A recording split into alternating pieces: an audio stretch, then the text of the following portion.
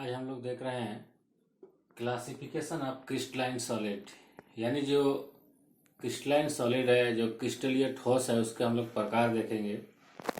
तो क्रिस्टलीय ठोस को डिफरेंट टाइप्स में डिवाइड किया गया है। देखिए उसका प्रकार है आपका, पहला है आपका जैसे ये आयनिक सॉलिड, इसको हिंदी में बोलते हैं आयनिक ठोस। दूसरा है कोवेलेंट और नेटवर्क ठोस। तीसरा है मॉलिक्यूलर सॉलिड मतलब आणविक ठोस। उसके बाद है मेटालिक सॉलिड मतलब हो गया धात्विक ठोस। तो इस प्रकार से जो क्रिस्टलाइन आपका सॉलिड है, मतलब जो क्रिस्टलीय ठोस है, उसको हम लोग इस प्रकार से 1, 2, 3, 4 मेनली 4 भाग में बांट सकते हैं।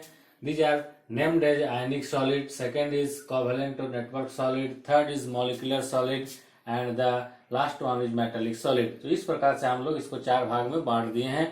फिर से इसको हम लोग बांट करेंगे।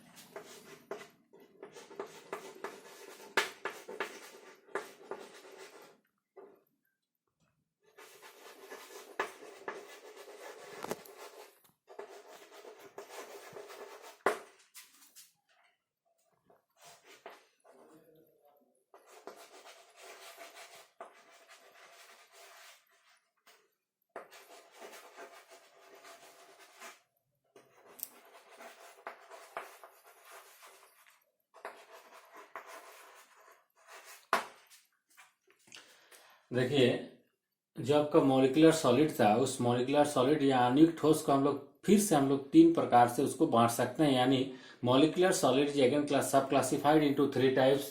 देखिए पहला है पोलर मॉलिक्यूलर सॉलिड मतलब ध्रुवीय आणविक ठोस। दूसरा है नॉन पोलर मॉलिक्यूलर सॉलिड मतलब अध्रुवीय आणविक ठोस। और तीसरा है आपका हाइड्रोजन बॉन्डेड मॉलिक्यूलर सॉलिड मतलब हाइड्रोजन बंधन आणविक ठोस। इस प्रकार से मॉलिक्यूलर ठोस को हम लोग क्या कर सकते हैं, फिर से आपको 3 भागों में हम लोग बांट सकते हैं। पहला हो गया पोलर मॉलिक्यूलर सॉलिड, दूसरा हो गया नॉन पोलर मॉलिक्यूलर सॉलिड और तीसरा हो गया हाइड्रोजन बॉन्डेड मॉलिक्यूलर सॉलिड। इस प्रकार से हम लोग क्रिस्टलाइन सॉलिड को बांट देते हैं। सबसे पहले क्रिस्टलाइन सॉलिड को 4 प्रकार से बांटे हैं, उसके बाद फिर जो मॉलिक्यूलर सॉलिड था उसको हम लोग फिर से 3 प्रकार का बांट दिए हैं। अब हम लोग सबको एक एक कर डिटेल देखेंगे।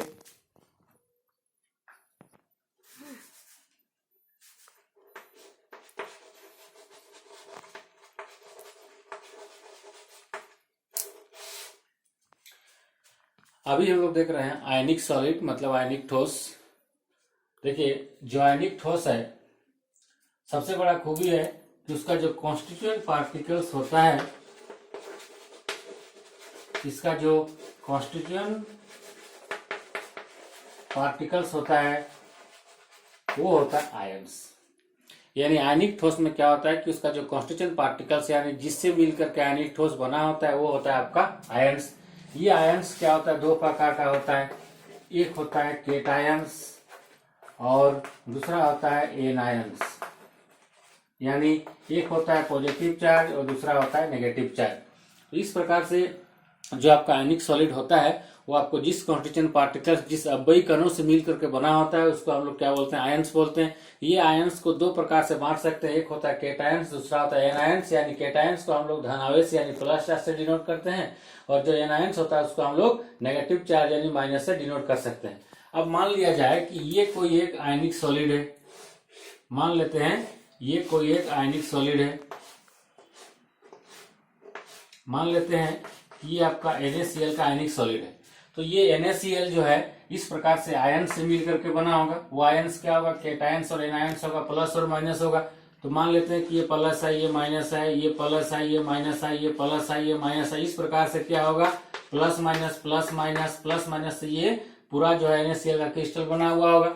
अब बात है कि यहाँ बहुत सारा जो आपका कॉन्स्टिट्यूएंट पार्टिकल्स प्लस और माइनस के रूप में है, तो आखिर ये प्लस और माइनस जो है किस एट्रैक्शन फोर्स से बंधा हुआ है? तो जिस एट्रैक्शन फोर्स से ये प्लस और माइनस यानी केटायंस और एनायंस बंधा हुआ है, उस फोर्स को बोलते हैं आपका इलेक्ट्रोस्टैटिक फोर्स। क्या बोलते हैं उसको? Electrostatic force of attraction. The cations and anions of the constituent particles of ionic solids are held together by a special type of force that is called electrostatic force। यानी इसको हम लोग क्या लिखेंगे? Electrostatic force. Electrostatic force. ये electrostatic force क्या है? ये एक प्रकार का फोर्स है जो ये क्या करता है, ये जो दोनों प्लस और माइनस है इसको ये बांध करके रखता है, कॉन्स्टिट्यूएंट पार्टिकल्स को आपस में बांध करके रखता है। उस फोर्स का नाम है, आपका नाम है इलेक्ट्रोस्टैटिक फोर्स यानी वैद्युत आकर्षण बल।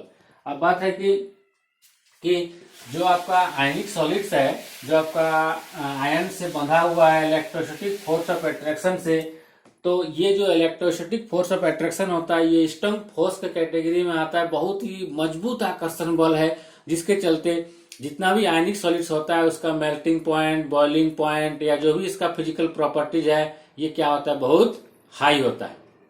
ठीक है। इसके बाद ये होता है कि जो आपका आयनिक सॉलिड्स होता है वो आयनिक सॉलिड, जैसे मान लिए कि ये NaCl है, ये NaCl क्या आपका एक आयनिक सॉलिड है। तो जब ये आपका ड्राई स्टेट में रहता है यानी शुष्क अवस्था में रहता है तो इसमें इलेक्ट्रिक करंट पास नहीं होता। यानी कहने का मतलब है कि अगर ये NaCl है, इस NaCl में अगर हमको ये इलेक्ट्रिक करंट को पास कराना चाहेंगे तो ये ड्राई स्टेट में इसमें इलेक्ट्रिक करंट पास नहीं होगा। हाँ, क्यों?